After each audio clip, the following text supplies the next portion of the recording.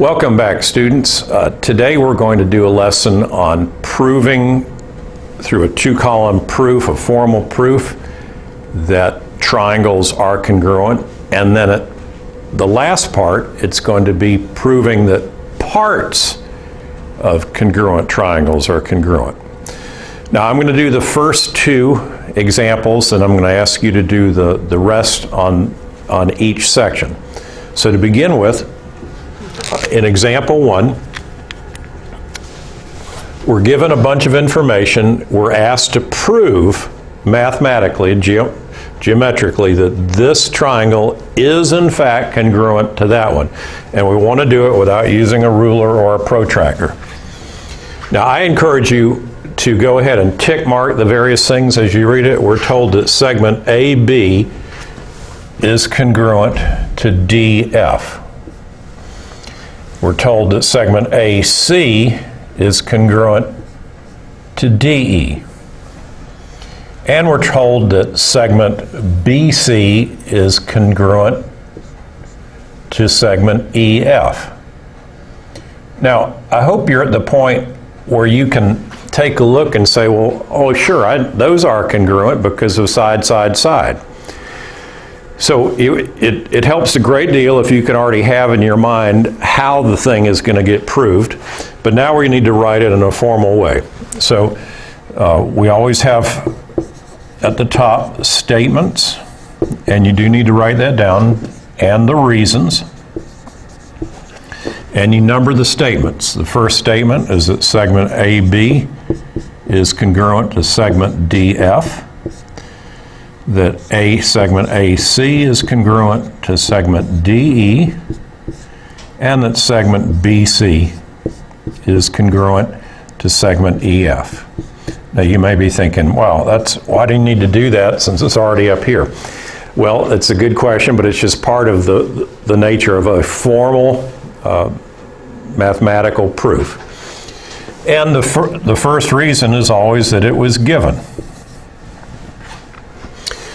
Now, I suppose that we could do a lot of things at this point, but because we know that these are all congruent, we're ready for our proof statement right now.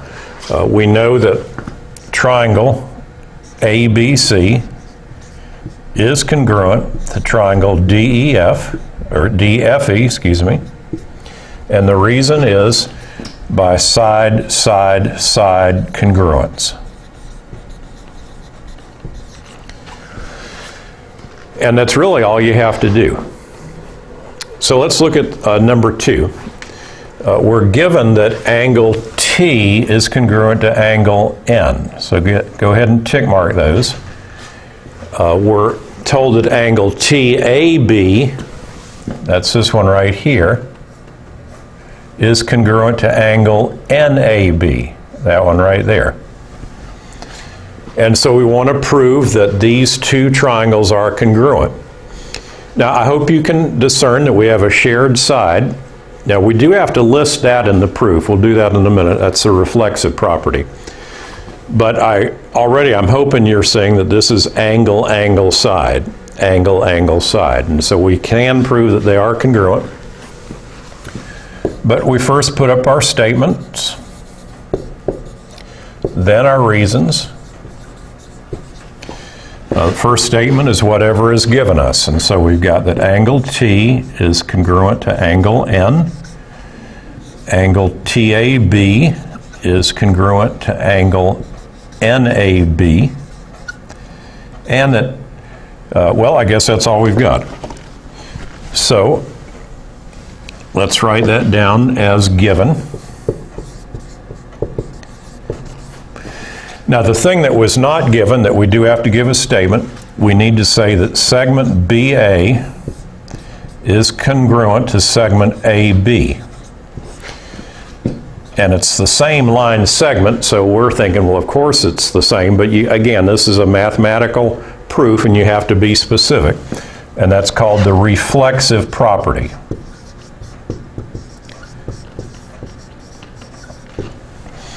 Now we're ready for our conclusion. We can conclude, we can prove that triangle TAB is congruent to triangle NAB because of the angle-angle side congruence theorem. And that's just two brief examples of proving triangles to be congruent. And you're to do the rest of those on that section. But now I want to talk with you briefly about a new thing, and that's we're not proving that the triangles are congruent, or if we do, that's not the final step. What we want to do is to prove that the parts of the triangles are congruent. And the final proof statement for parts is what we write as CPCTC, corresponding parts of congruent triangles are congruent. Now, I think if you think about it, that makes sense. If you've got two triangles that are identical, well, this side will be identical to that side, that angle will be identical to that angle. The parts are also going to be congruent if we know that the two triangles are congruent. So let's turn, I'm going to erase this and we're going to turn to that section, and I'll do two problems there as well. Alrighty, now we're ready to prove that corresponding parts of congruent triangles are congruent. And again, we use the little, I guess it's an acronym, CPCTC. Corresponding parts of congruent triangles are congruent. And so that's what this means here.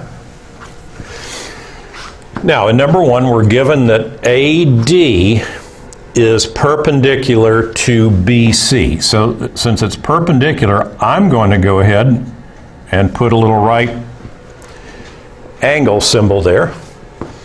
We're told that segment BD is congruent to CD, and we're asked to prove that AB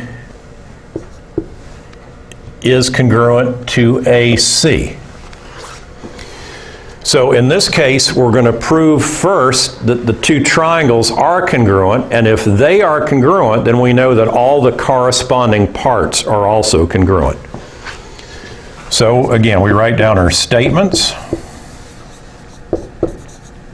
our reasons. Statement one will always be what's given, that segment AD is perpendicular to BC. Segment BD is congruent to segment CD. And that's given. Now let's take a step back and see if we can mentally think through how we're going to prove that the triangles are congruent. I think you probably remember that if this side is a 90-degree angle, so is the other side. So we have a side, angle, and a common side. So this is going to be proved in terms of the triangles by side, angle, side.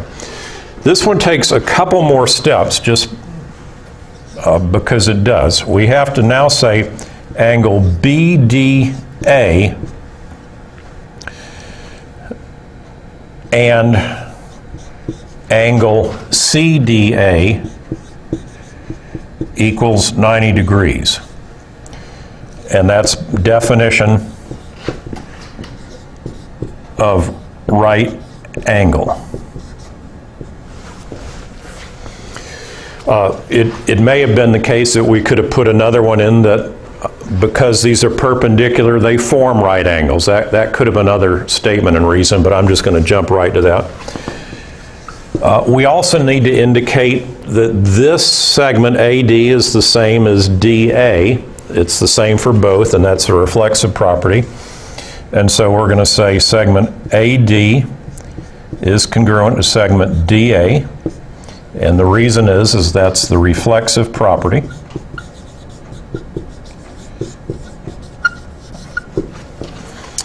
Then we're ready to prove that the two triangles are congruent, and I'm going to call them triangle BDA is congruent to triangle CDA,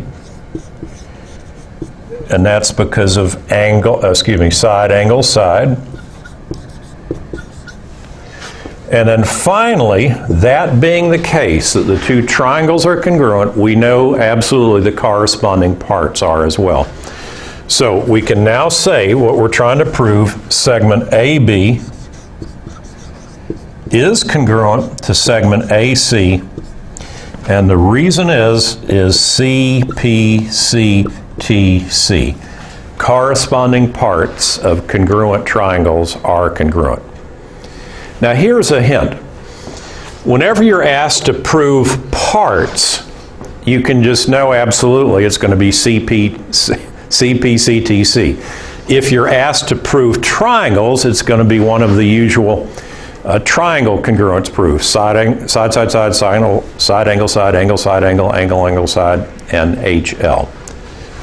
All right, let's go to number 2. We're given that segment CL, let's go ahead and tick mark it, is congruent to PA. We're told that angle 1 is congruent to angle 2. And we want to prove that these parts, LA is congruent to CP. Now again, think through the triangle congruence. We have a side, an angle, and a common side. So by side, angle, side, we're going to prove the triangles are congruent. Then we're going to use CPCTC. So we write statements. We write reasons. First statement is CL, segment CL is congruent to segment PA, and that angle 1 is congruent to angle 2. And the reason is that's given to us.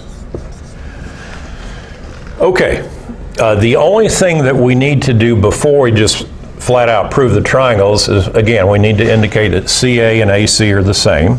So we'll say segment CA is congruent to segment AC because of the reflexive property.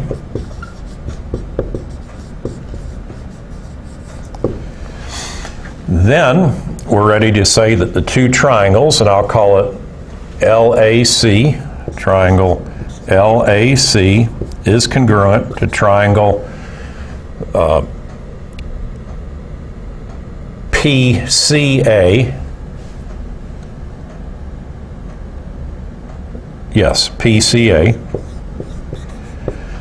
And the reason is because of side angle side. And so now we're ready to conclude we can prove then that segment LA is congruent to segment CP, and that would be because of CPCTC. Corresponding parts of congruent triangles are congruent. Now, if you will continue to finish up those, and we'll then move on to the next thing.